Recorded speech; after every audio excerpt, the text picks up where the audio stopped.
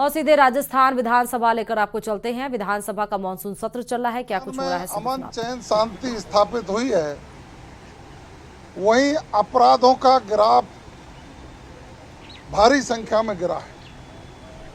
मैं आपको तुलनात्मक कुछ बातें रखूंगा।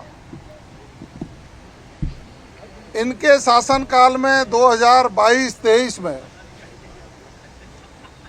हत्या के मामले 2654 दर्ज हुए और हमारे शासनकाल में 1.5 वर्ष में 2310 यानी कि 12.96% की कमी आई। ये कह रहे थे कि यहाँ दुष्कर्म की घटनाएं बढ़ी हैं। इनको स्वयं को देखना चाहिए कि 2022 से 23 में जुलाई से दिसंबर तक के आंकड़े दे रहा हूं। इनके शासनकाल में 7552 दर्ज हुए और हमारे शासनकाल में 6959 यानी कि 7.85% की इनमें कमी आई है। इनका कहना है महिला अत्याचार का जो विषय है, आपने देखा होगा कांग्रेस का जब शासन था, गैंग रेप की घटनाएं, बच्चियों के साथ दुराचार, उनके गुप्तांगों पर चोट दे करके और अत्याचार और दुराचार किए, सामूहिक दुष्कर्म की घटनाएं बढ़ी। अब इनके शासनकाल को हम देखेंगे तो 2022 से 23 में दुष्कर्म के साथ हत्या के 58 मामले थे और उनमें हमारे शासन में 13.79% की कमी आई। छेड़छाड़ के मामले 11.26 की कमी आई है। दहेज मृत्यु में 9.5 की कमी आई है। आप पॉक्सो एक्ट में भी देखेंगे, उसमें भी सुधारात्मक स्थिति आई है। तो आज ये किस मुंह से सदन की कार्रवाई को बाधित कर रहे हैं? मैं तो ये कह रहा हूं कि कांग्रेस के लोगों को पश्चाताप व्यक्त करना चाहिए कि हमारे शासनकाल में हमसे कानून व्यवस्था नहीं संभली थी। इनको आज धन्यवाद देना चाहिए प्रदेश के मुख्यमंत्री जी को कि उन्होंने कानून व्यवस्था को दुरुस्त करते हुए जो अपराध घटते थे, जिनसे समाज प्रभावित होता था, उन अपराधों में भारी कमी देखने को मिली है। मैं स्पष्ट रूप से कह देना चाहता हूं कि अभी एक सर्वे आया था, उसमें स्पष्ट रूप से कहा कि अहमदाबाद के बाद जयपुर ऐसा सुरक्षित शहर है जहां कानून व्यवस्था सुदृढ़ रहने के लिए उसको सुरक्षित बताया गया। राजस्थान को सुरक्षित एजेंसियां बता रही हैं।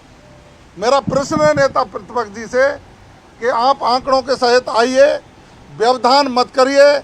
आपके राज्य में जो भयावह स्थिति थी उस पर पश्चाताप कर करके राजस्थान की जनता से माफी मांगी।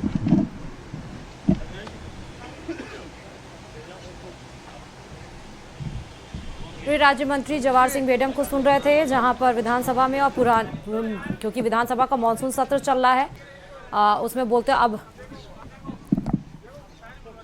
प्रभारी मंत्री अविनाश गहलोत को आप सुन रहे हैं। आपने पूरा बताया कि जो प्रक्रिया है न्यायिक और जो वो अपनाने के बाद में ये पूरा देखिए, मुझे लगता है कि राजस्थान में जब से कांग्रेस सत्ता से बाहर हुई है उसके बाद में इनका मानसिक स्तर जो है, राजनीतिक सोच है, वो कहीं न कहीं गिर गई है। बिना आंकड़ों के, बिना तथ्यों की बात करना, राजनीति में अपने को जीवित रखना राजस्थान में इनका एक लगभग आदत सी बन गई है। जिस प्रकरण को लेकर के कांग्रेस के साथियों ने सवाल किया कि राजस्थान में जामडोली जो बौद्धिक दिव्यांग चलते हैं उसमें बालक बालिका विंग अलग बनी हुई है। 2020 से लेकर के 2023 तक कांग्रेस के शासन में वहाँ लगभग 16 के करीब बालक बालिकाओं की मृत्यु हुई और हमारे राज्य में अभी कुल 2 साल में 4 आवासनियों की मृत्यु हुई है। इसका कारण ये है कि मानसिक रूप से कमज़ोर वो लोग जिनका इम्यूनिटी पावर कम होता है, शारीरिक रूप से सक्षम नहीं होते, उनको यहाँ इससे बौद्धिक दिव्यांग में एडमिशन हम लोग देते हैं। उसके बाद उनकी सार संभाल होती है, नियमित रूप से चिकित्सकों का उनके परीक्षण होता है, और अगर अधिक तबीयत खराब होती है या चिकित्सा परीक्षण में आता है तो उनको SMS hospital, JK loan hospital admit करवाते हैं। जिस प्रकरण की नेता प्रतिपक्ष सहित अन्य साथियों ने बात करी कि 26 मार्च 2025 को एक आवासिनी सीमा की तबीयत अत्यधिक खराब होने के कारण उसको SMS हॉस्पिटल भर्ती कराया गया, और वो लगभग 1 महीने 3 दिन तक SMS हॉस्पिटल में एडमिट रही, और 29/3/2025 को जब उसकी देर रात को डेथ हो जाती है, इस 1 महीने 3 दिन के अंतर्गत 2 केयर टेकर जो हैं उनके साथ रहते हैं। उसके बाद जैसे उसकी डेथ की सूचना मिलती है, हम जामडोली परिसर के अंदर ही जो पुलिस थाना है उसको रिपोर्ट देते हैं। लेकिन हमें पता है कि जब किसी अज्ञात व्यक्ति की मृत्यु होती है, तब पूर्ववर्ती कांग्रेस सरकार के समय 2021 का एक सर्कुलर है राजस्थान पुलिस का, उसमें ये लिखा हुआ स्पष्ट कि किसी भी अज्ञात व्यक्ति की अगर मृत्यु हो जाती है, उसके अंतिम संस्कार से पहले कम से कम 72 घंटे तक पुलिस और चिकित्सक परीक्षण में उस बॉडी को डीप फ्रीज के अंदर रखा जाता है सुरक्षित तरीके से, और उसके बाद में उसके परिवारजन की पहचान करके उसका अंतिम संस्कार किया जाता है। तो जब उसकी डेथ हुई 29 तारीख को, उसके बाद में हमने पुलिस थाने को रिपोर्ट दी। रिपोर्ट मर्ग के रूप में दर्ज हुई, क्योंकि जब किसी अज्ञात व्यक्ति की मृत्यु होती है, संदेहास्पद मृत्यु होती है, किसी प्राकृतिक कारण से, अप्राकृतिक किसी भी कारण से अगर मृत्यु होती है तो मर्ग दर्ज किया जाता है, और मर्ग के बाद लगभग 3-4 दिन तक पुलिस इस प्रकरण की जांच करती रही। लेकिन आखिर में जब उसके परिजन नहीं मिले, क्योंकि वो बच्ची 2016 में एडमिट हुई थी वहाँ, और लगातार 9 साल तक वहाँ रही, और उसके बाद उस डेथ के बाद में जब पोस्टमार्टम हुआ, जैसे ही पुलिस ने तहरीर हमारे विभाग को दी, चिकित्सक परीक्षण हुआ, तहरीर दी, उसके बाद तुरंत ही उपखंड अधिकारी, विभागीय अधिकारी के माध्यम से उसका अंतिम संस्कार किया गया। इन 4 डेथ में ये एक प्रकरण ऐसा है जिसमें डिले हुआ। पुलिस के प्रकरण के कारण से ये एक सामान्य प्रक्रिया थी।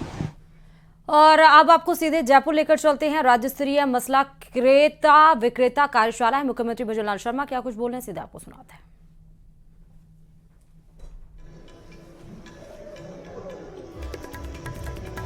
तो क्रेता विक्रेता ये कार्यक्रम है, कार्यशाला है, राज्य स्तरीय मसाला क्रेता विक्रेता कार्यशाला। जयपुर से आप ये सीधे लाइव तस्वीरें दे रहे हैं, जिसमें शिरकत करने के लिए मुख्यमंत्री भजनलाल शर्मा यहां पर देखिए पहुंचे हुए हैं। बिरला ऑडिटोरियम में ये कार्यक्रम आयोजित किया जा रहा है। बड़े स्तर पर ये कार्यक्रम आयोजित किया जा रहा है। राज्य स्तरीय ये मसाला क्रेता विक्रेता कार्यशाला है, वर्कशॉप है, और उसी वर्कशॉप में आप देखिए कि जो भी प्रोडक्ट्स वहाँ पर लगे हैं मसालों को लेकर, उन सभी को देखते हुए, परखते हुए, जांचते पूछते हुए क्या क्वालिटीज़ हैं, कहाँ से आए हैं, क्या उसमें विशेषताएं हैं, उन सबको समझते हुए मुख्यमंत्री भजनलाल शर्मा आपको नजर आ रहे हैं ये तस्वीरों में। बिरला ऑडिटोरियम में ये जो कार्यक्रम है राज्य स्तरीय मसाला क्रेता विक्रेता का, ये आयोजित किया गया और उसमें शिरकत करने के लिए ही मुख्यमंत्री भजनलाल शर्मा पहुंचे। बड़ी संख्या में आप देखिए लोग भी इस कार्यक्रम में शामिल होने के लिए पहुंचे हैं, और एक तरफ आप मुख्यमंत्री भजनलाल शर्मा को भी देख रहे हैं।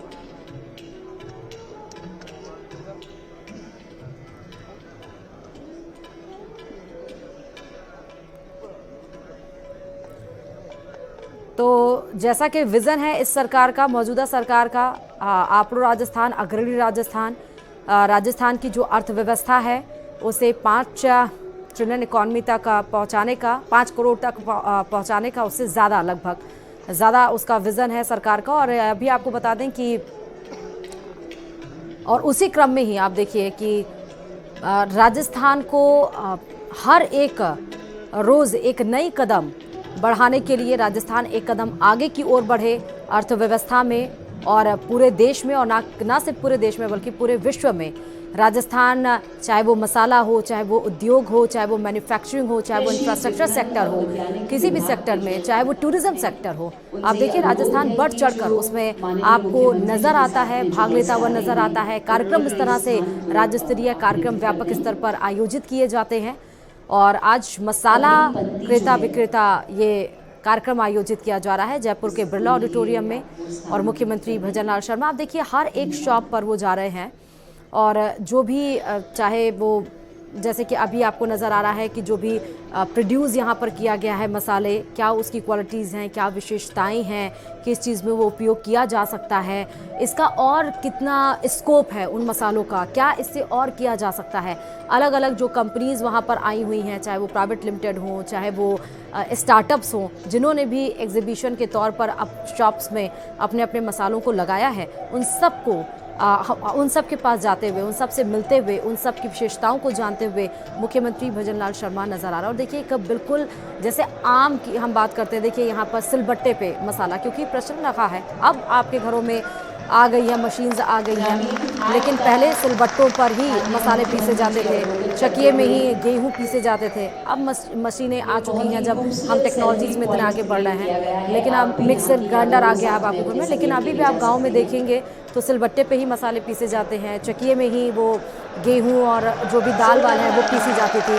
और ये चारपाई, जिसको गांव की भाषा में, ग्रामीण भाषा में जिसको खटिया भी बोलते हैं, उस पर बैठे हुए, और जैसे ही बैठे मुख्यमंत्री भजन लाल शर्मा, देखिए वहाँ पर जयकारे से पूरा का पूरा जो वातावरण है वो गुंजायमान हो गया। और कितना अच्छा जो लोकल, जो ग्रामीण वहाँ पर वो जो एक जो आप तस्वीर देख रहे हैं कि वहाँ पर एक दो जो हैं वो सिलबट्टे पे पीस रहे हैं मसाला, क्योंकि मसाला क्रेता विक्रेता कार्यक्रम ही है, उसी आयोजित किया गया। दूसरी तरफ आप देखिए चक्की में कुछ गेहूं या जो भी दाल वो पीसती हुई नज़र आ रही है, बीच में खटिया रखा हुआ है, पीछे ग्रामीण परिवेश एकदम वो जो बनाया हुआ है, एकदम देखिए ग्रामीण लुक ही दिया गया है यहाँ पर। और उस चारपाई पे, उस खटिए पर विराजमान आपको मुख्यमंत्री भजन लाल शर्मा नजर आए। एक व्यक्तित्व भी है उनका, एक सरल स्वभाव जो है, उससे वो हमेशा लोगों को अचंभित भी करते रहे हैं कि क्या कब कर जाएं, और ये सरल स्वभाव भी दिखता हुआ। और देखिए उन दोनों लोगों से बात भी, उन दोनों महिलाओं से बात भी करते हुए आपको मुख्यमंत्री भजन लाल शर्मा नजर आएंगे। जयपुर से हम आपको सीधे लाइव तस्वीरें दिखा रहे हैं। इस समय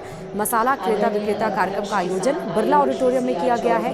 हर एक जो एग्जीबिशंस वहाँ पर लगाए गए हैं, हर जो शॉप वहाँ पर लगाई गई है मसालों को लेकर, और लोकल फॉर वोकल, क्योंकि पीएम का ये विजन है लोकल फॉर वोकल। और इसी तरह देखिए कि आज जो मसाला क्रेता विक्रेता जो आयोजन कार्यक्रम किया गया है, उसमें भी अलग अलग चीज़ें जो वहाँ पर रखी गई हैं, ग्रामीण से लेकर शहर, शहर से लेकर और भी चीज़ों को आगे बढ़ाते हुए यहाँ पर जो कार्यक्रम आयोजित किया गया है उसी में शिरकत करने के लिए। और देखिए लगभग सभी जो शॉप्स थे वहाँ पर, उन सब से मिल चुके और आगे बढ़ते हुए आपको सीएम नज़र आ रहे हैं।